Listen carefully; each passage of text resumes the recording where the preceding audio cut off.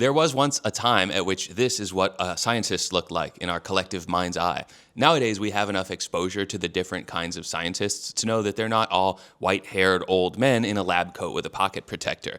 There is something similar that applies to your likely mental image of a DJ, a light beer-loving young man fist-pumping or frat-flicking to an hour-long playlist of someone else's music.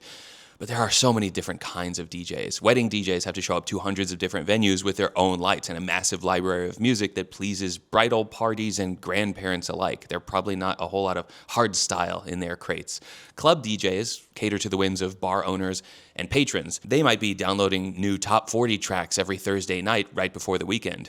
Twitch DJs might play 5-hour-long sets with lots of requests, while vinyl DJs can only play on turntables, physically limited to how many heavy records they can haul to the venue.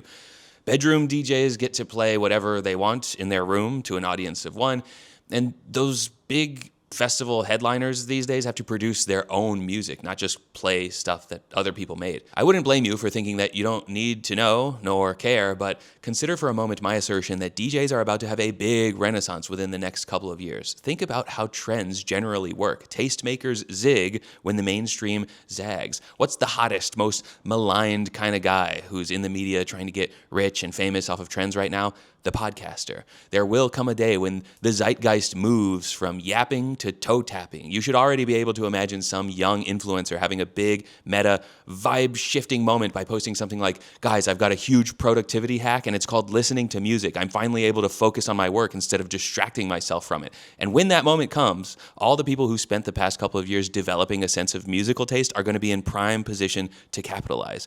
We're already seeing regular everyday people go from hobbyist to pro really quickly. Exhibit A, Nick Chio, from TikTok posting to headlining in record time. Exhibit B, book club radio, from playing for friends on an entry-level deck to getting a stage in high-profile festivals. I keep seeing sets from bedroom DJs that break out and garner hundreds of thousands of views. The demand is there, and I believe it's growing.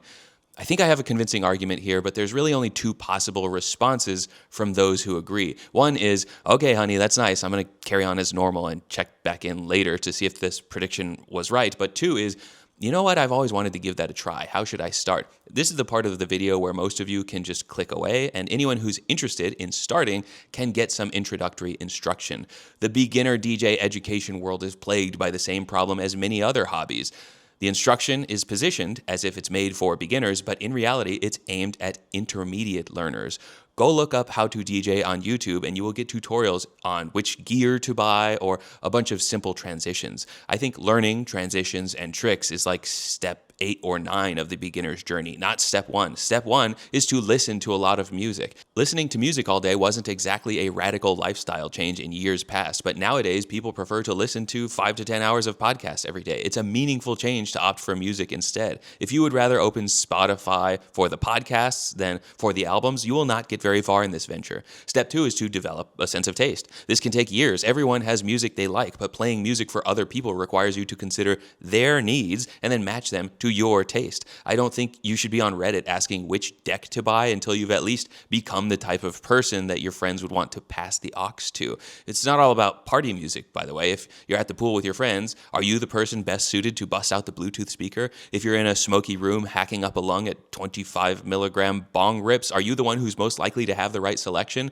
This leads into step 3, which is learning the ability to actively listen. Have you ever been at a restaurant or someone's dinner party and the music is too loud or too energetic? It's one thing to know what to play, but it's another skill to pay attention to the music and the environment itself. Personally, the thing that puts me on the edge the most is when someone is playing music too loud for the room and constantly switching the song. Like, wait, have you heard this one? And it makes me have to physically leave the room. When one person takes on the job to do all of the active listening, maybe cutting out the mids or dialing up the volume when the room gets more frenetic, everyone else can enjoy their food or their cocktails or their dance party.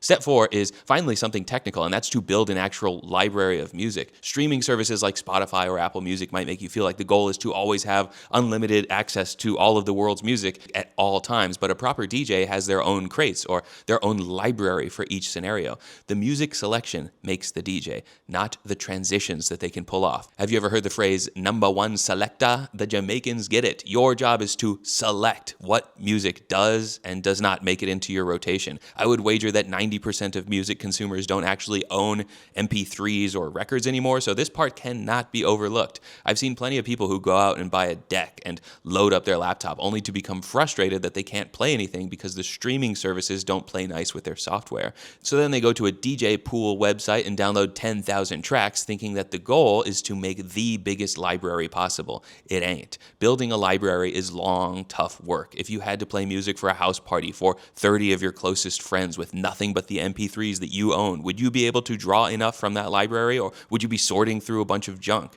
Just look at how many steps got covered, each with hours and hours of work, and not a single piece of gear was recommended. If Young Lean can headline a boiler room set with an iPhone and an aux cord, it should be clear that taste and selection will always take priority. The minimum viable product for a new DJ is the capability to play the appropriate tunes and keep it all at a suitable volume. That sounds overly simplistic, but it is harder than you might think, especially if some of your music is mixed in the contemporary max loudness way with older, quieter stuff in the same crate.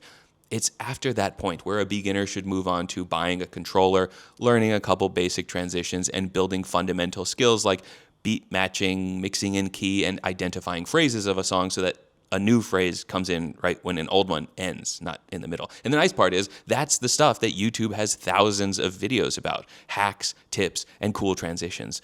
Thank you for being such an active listener. That's such a great start. Unless, of course, you are listening to this monologue while doing the dishes, in which case the hour-long video essays are that away.